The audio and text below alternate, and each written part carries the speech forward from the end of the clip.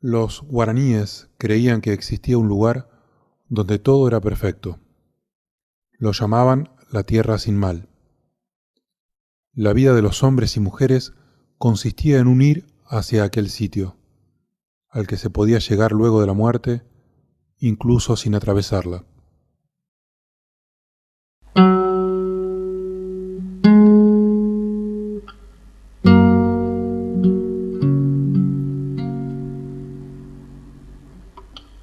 Mónica Susana González Belío nació en Benito Juárez el 11 de diciembre de 1953. Era la segunda hija de Nora Belío y Héctor Miguel González, conocido por todos como El Negro, y hermana de Graciela y Nancy. A los pocos años, su familia se trasladó a María Ignacia Vela, localidad distante unos 60 kilómetros de la ciudad natal. Es en este lugar donde los González se asientan y prosperan con un emprendimiento comercial que con los años se convertiría en un lugar de encuentro recordado y todavía hoy reconocido por los vecinos. La relación mía con los González era de venir en el surqui a comprar las cosas a la tienda, o que veníamos a comprar la carne y los íbamos de vuelta al campo, y las charlas eran cuando ellos iban al campo. Vendían ropa, vendían muebles. Una tienda la tenían en donde están los bomberos, supieron tener la primera, y la segunda de la Casa Voz Vieja. Aquí Mónica hizo la primaria, en la escuela número 13 Domingo Faustino Sarmiento, hasta finalizar sexto grado en el año 66, siendo su padre un activo integrante de la comisión directiva de la cooperadora. Al año siguiente, Mónica regresa a Benito Juárez para cursar estudios secundarios en el Colegio de las Hermanas Azules. Cuando ingresó, asistían solo mujeres de la región y lugares lejanos porque era apreciada la educación que impartía y porque tenía internado, sistema que convenía a muchas familias que compartían el modelo de vida y pensamiento de la Congregación de la Inmaculada Concepción. Al pequeño universo de adolescencia pueblerina llegaron los cambios de los años 60. La aspiración a una sociedad nueva, opuesta a la violencia, igualitaria y justa, se hizo música, poesía y encuentros. Ser joven fue también comprometerse. Poesía para el pobre, poesía necesaria como el pan de cada día. Puertas adentro, la Iglesia Católica era cuestionada severamente por el Concilio Vaticano II y la Conferencia Episcopal de Medellín. Miles de católicos adhirieron al cambio y optaron por compromisos político-religiosos revolucionarios. Las hermanas de la Inmaculada Concepción se vieron atravesadas por estos desafíos y la comunidad religiosa local se incluyó entre las que consideraban necesario profundizar la presencia y el trabajo entre la población más alejada del pueblo. El colegio se volvió mixto y abierto a jóvenes del Colegio Nacional para actos y guitarreadas, reuniones y campamentos de reflexión. Con algunos acompañamos a la hermana Noemí a visitar familias del barrio Pachán. Sus hijos harían la primera comunión en el colegio de hermanas.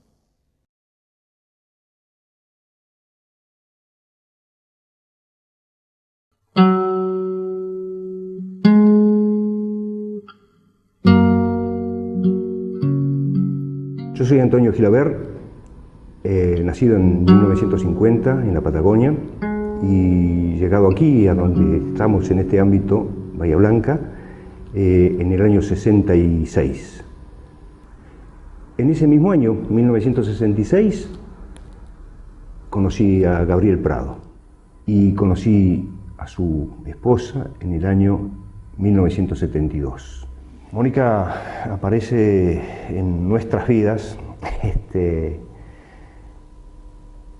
y inmediatamente se gana el afecto porque era muy entradora. Y cuando comienzan a noviar con Gabriel, evidentemente era la horma de sus zapatos, porque realmente eran compañeros. Antes de casarse, se casaron allá por fines del 73. Y de hecho me vincula ese casamiento, porque yo fui testigo del casamiento. Nuestro vínculo era tan importante como que en ese momento una casa que construimos colectivamente y que estaba a mi nombre porque yo compré el terreno y en realidad el destino era que yo habitara con mi familia. Por esas cuestiones de la vida yo tuve otra oportunidad y dejé de vivir en esa casa justo cuando Gabriel y Mónica se casaban.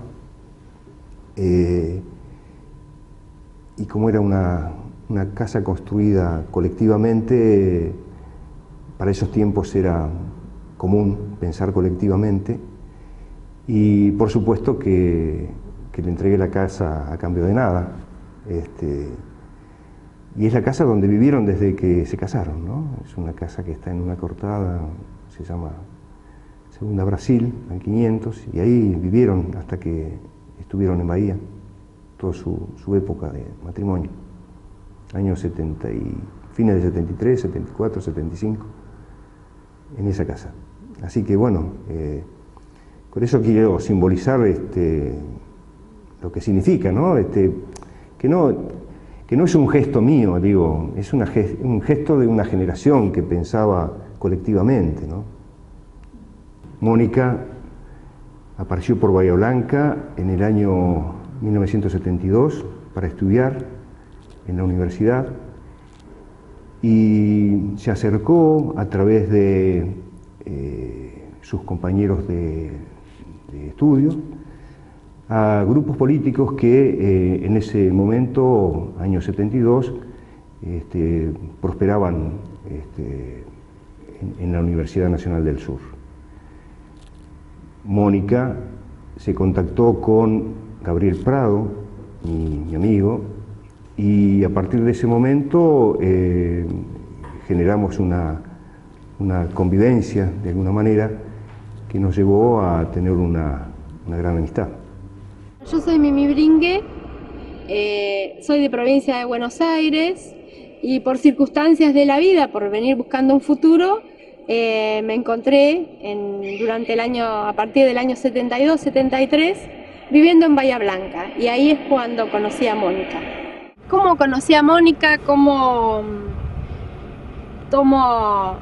me comienzo a relacionar con ella?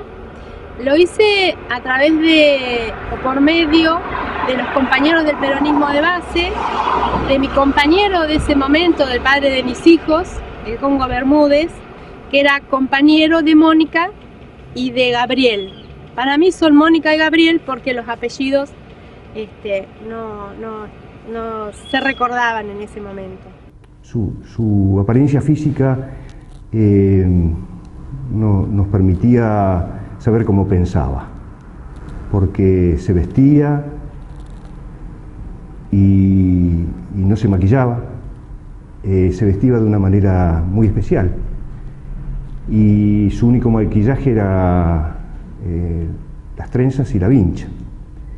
Y digo que eso nos daba la pauta de cómo pensaba, porque en realidad eso tenía todo un significado, ¿no? Revalorizar cuestiones vinculadas a lo nuestro, ¿no?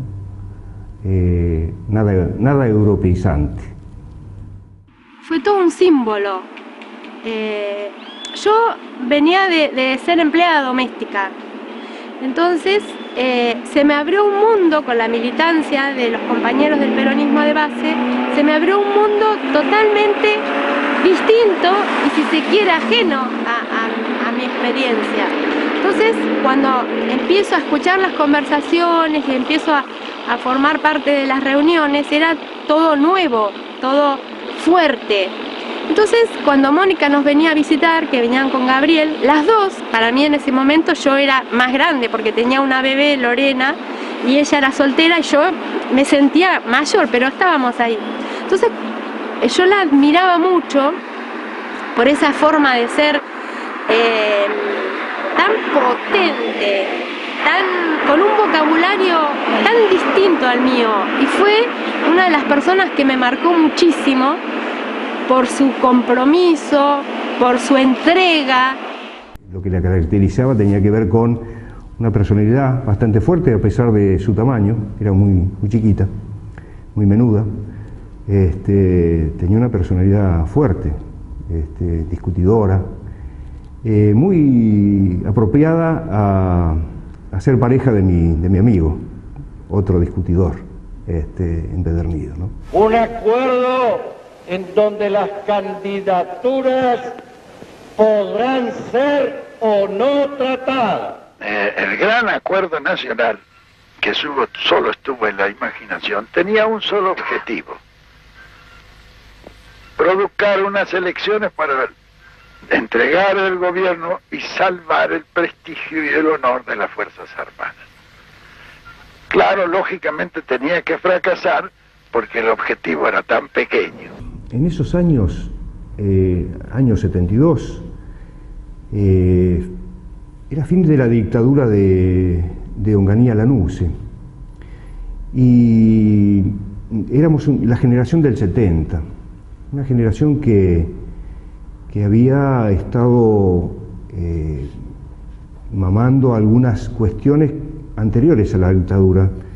Supongo que Mónica, como tantos otros, nos criamos en un medio donde entraba en cuestionamiento el sistema. Recordemos que en esos años anteriores hubo una generación de docentes que nos permitían pensar y nos permitían elegir lo que pensábamos. Por lo tanto, en el año 72, fin de la dictadura de Onganía Lanusse, lo que estaba en todo lo que era el ámbito estudiantil universitario era un activismo muy fuerte relacionado con la participación popular, con el vínculo de los estudiantes en relación a los trabajadores, y de hecho, en esos años, en ese año específico del año 72, creamos con ese grupo con el que estábamos vinculados una agrupación política que se vinculó acá en Bahía Blanca con lo que fue el peronismo de base. El peronismo de base tenía una relación estrecha con las actividades barriales, pero fundamentalmente con las actividades gremiales. Era un vínculo fuerte con los trabajadores. Y de hecho, Mónica, si bien tenía su actividad política, la desarrollaba en el ámbito estudiantil, siempre estaba presente en todas las acciones que desarrollábamos o en barrios o en gremios, tratando de generar un apoyo específico a la actividad concreta de ese grupo político. Cuando ella venía, yo era como una especie de esponja a la que miraba, trataba de absorber todos los conocimientos, el vocabulario que ella tenía. Entonces, para mí era mágico. Los hombres se ponían, Gabriel y el Congo se ponían en un lado y nosotras por el otro. Y yo le preguntaba a ella, ¿qué hacía? ¿Por qué lo hacía? En un momento ella habló del hombre nuevo, entonces yo le pregunto, ¿qué es el hombre nuevo? Entonces ella me mira, yo estaba con mi bebé en brazos, me dice, es esta, es lo que vos estás haciendo. Y para mí me marcó muchísimo el tema del hombre nuevo, trabajar para el hombre nuevo. Y fue todo un aprendizaje muy fuerte, porque yo venía de ser empleada doméstica con cama adentro. Lo haremos tú y yo, nosotros lo haremos, tomemos la arcilla para el hombre nuevo, su sangre vendrá de todas las sangres, borrando los siglos del miedo y del hambre. Las particularidades de nuestra estructura étnica, social, cultural, desmastrantan nuestra forma de ser, de construir la nueva sociedad. Era miembro de una generación muy comprometida.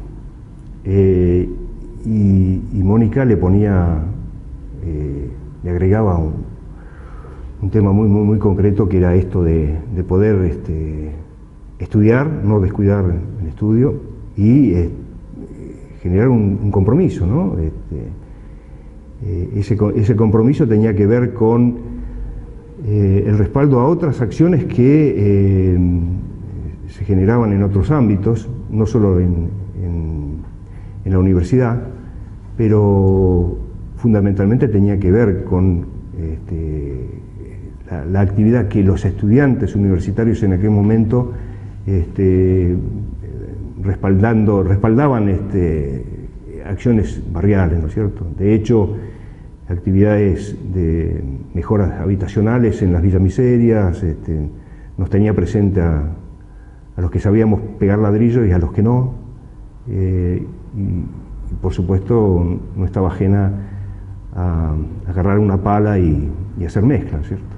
De hablar de Mónica es hablar de esa generación, una generación con compromiso, con lo que hoy se puede denominar militante, una palabra que por ahí no pega con Mónica, porque era una activista. Militante lleva una connotación de responder a órdenes, y si una característica de la agrupación en la que activaba Mónica no tenía nada que ver con esa palabra, era porque las acciones eran de consenso, era de discusión permanente. Por eso cuando comienzo mi relato diciendo que era una persona que necesitaba por temperamento discutir cada una de las cosas, estaba en el ámbito apropiado, porque era una agrupación que se respetaba esa metodología, ¿no?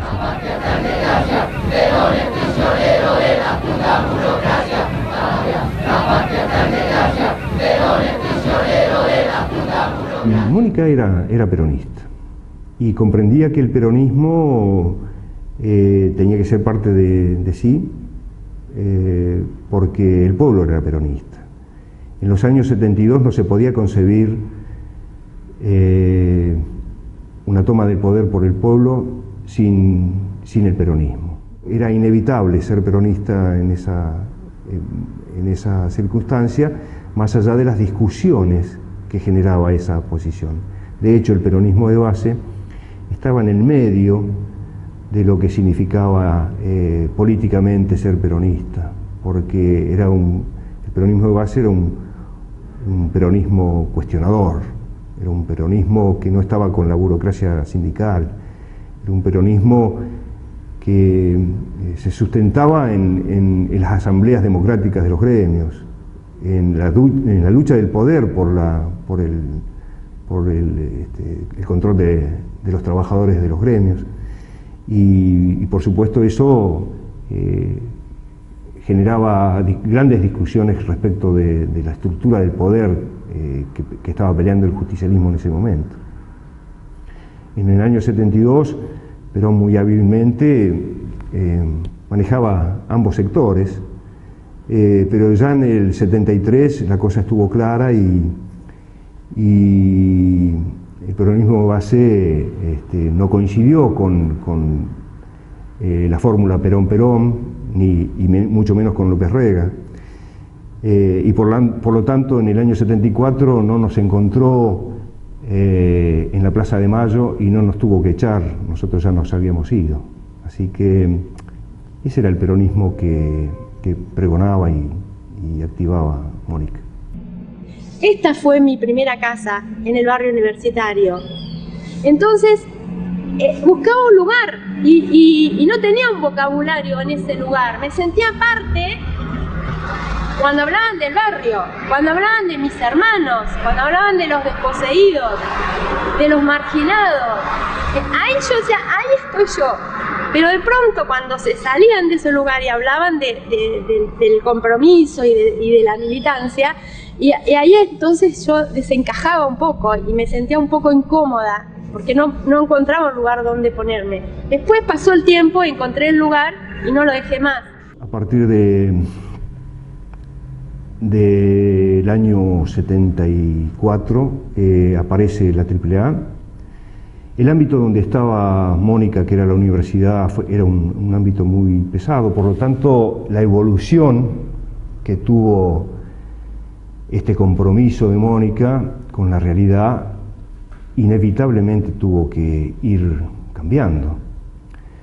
Grandes discusiones aparecían ahí porque, bueno, de hecho, su marido, Gabriel, era personal no docente y fue cesanteado de la universidad. Y, bueno, tuvieron que recurrir a otras cuestiones para poder sobrevivir. Y en esa discusión que lleva cualquier matrimonio cuando necesita sobrevivir, está planteado: ¿sigo estudiando o no sigo estudiando? ¿En qué trabajo? Y sus opciones tuvieron que ver con un concepto de vida, ¿no? Y un concepto político, porque esa era la concepción de vida de esa generación, era una concepción política. Y en ese momento una de las grandes discusiones era si el estudiante universitario se podía proletarizar o no. Y bueno, esa es la discusión que se dieron ellos, ¿no? Tanto Gabriel como Mónica, y de hecho se proletarizaron. Cuando ellos desaparecen eran trabajadores del pescado en frigoríficos en Mar del Plata. Es decir, que de esto que estoy contando respecto de su vida universitaria a ser trabajadora de un frigorífico del pescado, hay todo un proceso de formación y de construcción, que es un proceso que vivió toda esa generación, ¿no? El compromiso se fue ahondando con un formato que tenía que ver con una opción. La opción era o profundizás el compromiso o tratás de flotar, sobrevivir de alguna manera. Dentro del grupo del que participábamos habría grandes discusiones.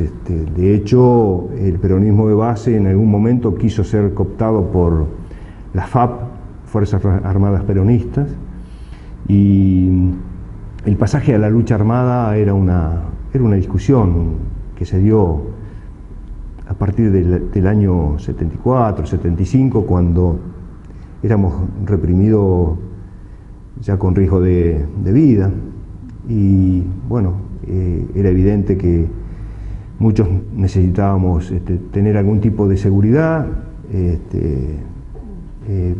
pero bueno, fueron discusiones que dividieron justamente a esa agrupación política. Algunos fuertemente estaban a favor de la lucha armada, y otros que proveníamos de sectores un poco más formados desde las cuestiones religiosas o católicos. Por ahí teníamos una propuesta diferente, que hoy seguramente si volviéramos a dar las discusiones, si estuviéramos todos vivos, es posible que estaríamos más de acuerdo que en aquel momento, ¿no? Cuando se hablaba del país, ¿de qué país queríamos? Ahí, que había salido del pueblito ese, empecé a tener la referencia del país. Cuando salí, dejé el límite de ese pequeño pueblito, ahí empecé a tener la referencia.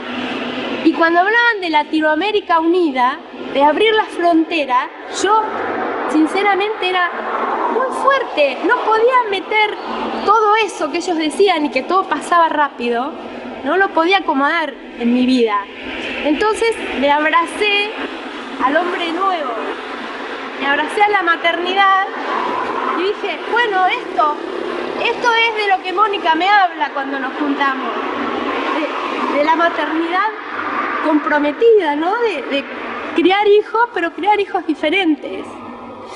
Y a su vez era una cosa muy fuerte, porque yo le hablaba a Mónica de algo que ella era soltera o recién se habían casado con Gabriel, entonces yo le estaba mostrando una realidad de lo que era amamantar, de lo que eran los pañales, y a su vez la idealizaba a ella cuando ella venía con sus trencitas, con sus vinchitas, con su camisa de grafa marrón, y tengo una camisa de grafa colgada en mi placar, guardada, porque para mí Mónica fue un referente a seguir en su compromiso, en su amor por la vida, en su amor por la pareja, en su lucha, y fue un referente muy, muy fuerte en la vida en mi vida, ¿no? Y en la vida del Congo. Por eso, cuando casualmente en Viedma la encuentro a ella y a Gabriel en una pared, fue muy fuerte porque tuve que, de golpe, ver sus rostros que estaban guardados y que yo no sabía dónde podían estar.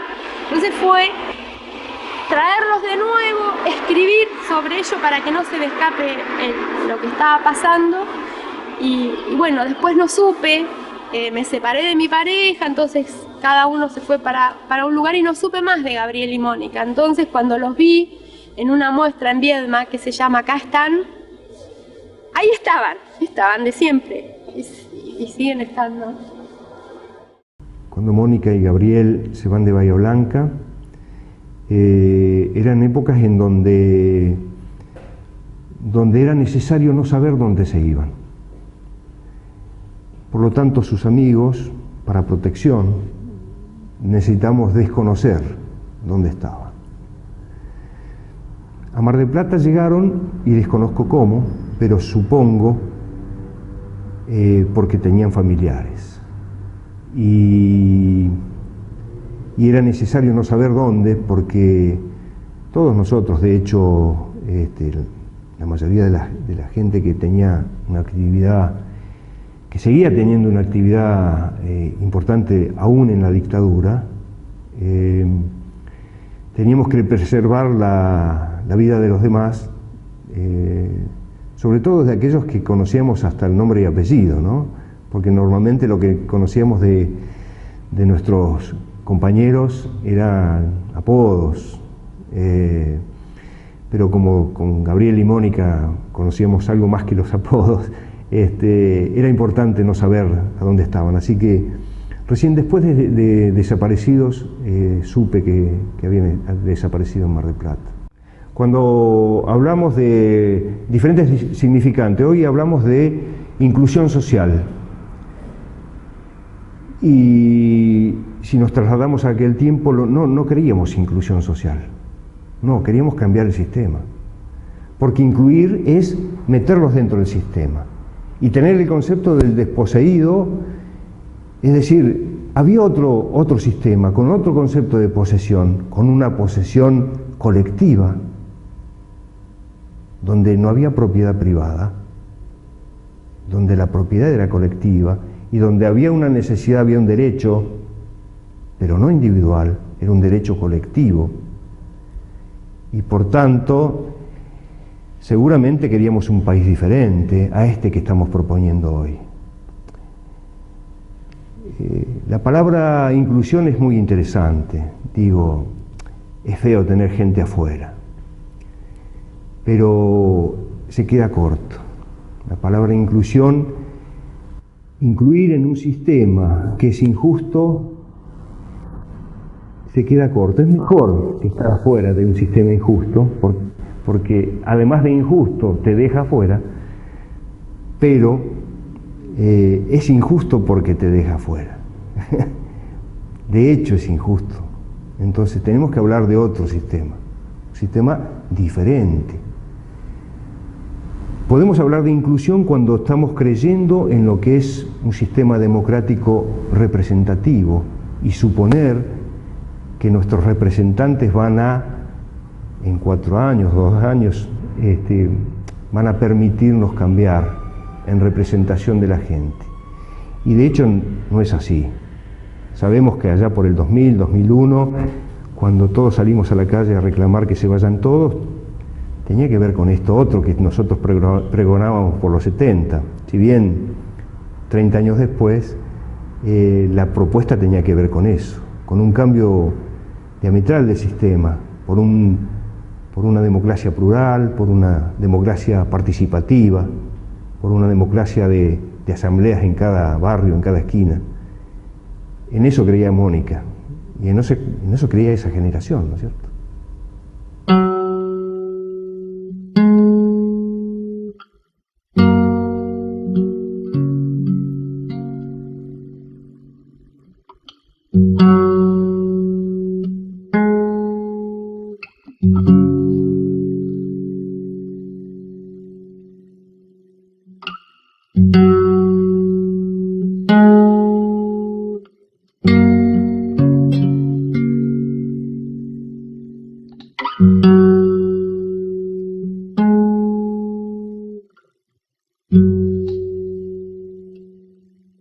Maldigo la poesía concebida como un lujo cultural por los neutrales, que lavándose las manos se desentienden y evaden. Maldigo la poesía de quien no toma partido hasta mancharse. Hago mía las faltas, siento en mía cuánto sufren y canto respirando. Canto y cantando más allá de mis penas personales. Me ensancho. Quiero daros vida, provocar nuevos actos y calculo por eso con técnica que puedo. Me siento un ingeniero del verso y un obrero que trabaja con otros a España en sus aceros. No es una poesía gota a gota pensada, no es un bello producto, no es un fruto perfecto. Es lo más necesario, lo que no tiene nombre. Son gritos en el cielo y en la tierra son actos. Porque vivimos a golpes, porque apenas si nos dejan decir que somos quien somos. Nuestros cantares no pueden ser sin pecado un adorno. Estamos tocando el fondo.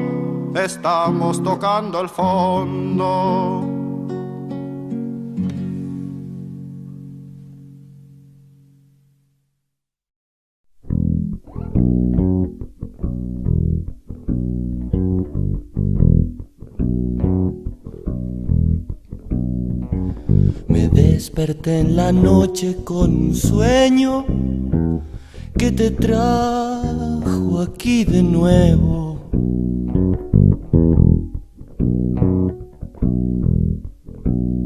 Gozabas el perfume de la tierra cuando se moja de rocío. Hicimos fuego en un claro del monte. Fue todo estrellas, tabaco, miel y vino. Nos fuimos caminando río abajo. Dijiste que apartara esta pena.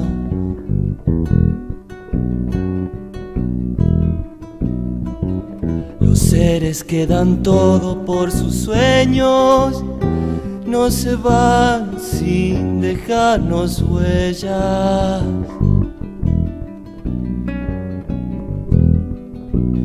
Puedes sentir cuando quieras parte del aire que nos rodea. De madrugada, cuando te ibas, no hubo adiós en tu mirada. Casi perdido, desperté la lluvia. Lavo esta pena, despierte lluvia.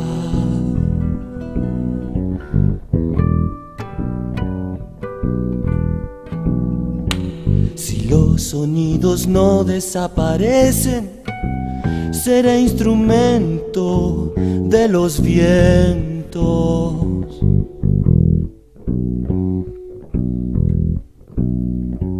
Cantando cuando la noche es misterio, será mi música el eco de sus voces.